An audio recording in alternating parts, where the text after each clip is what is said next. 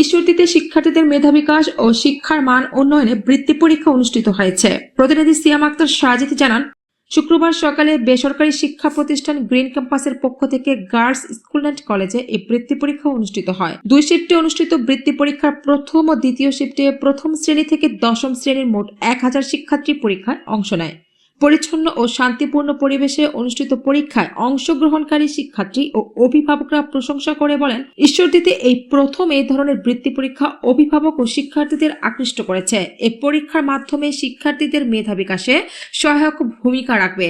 তারা গ্রিন ক্যাম্পাসে কর্তৃপক্ষের প্রতি কৃতজ্ঞতা প্রকাশ করে আগামীতে আরও বৃহৎ পরিসরে এই বৃত্তি পরীক্ষার আয়োজন করার পরামর্শ দেন।